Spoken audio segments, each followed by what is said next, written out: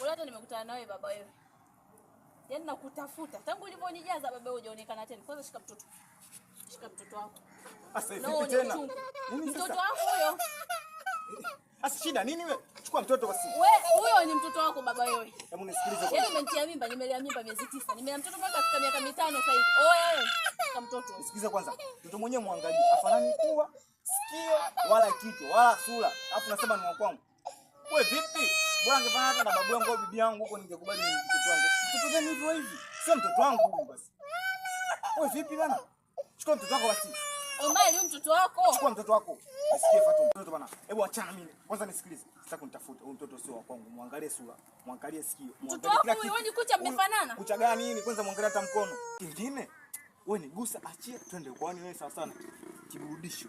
Nikupa hela, nikakupa kila kitu ili mradi unifurahishe, nipate furaha na wewe uenjoy. Sawa hivyo, nisikilize. Mimi na wewe usitafute tena. Mtoto wako huyu wewe baba wewe. Utakuja kwenu.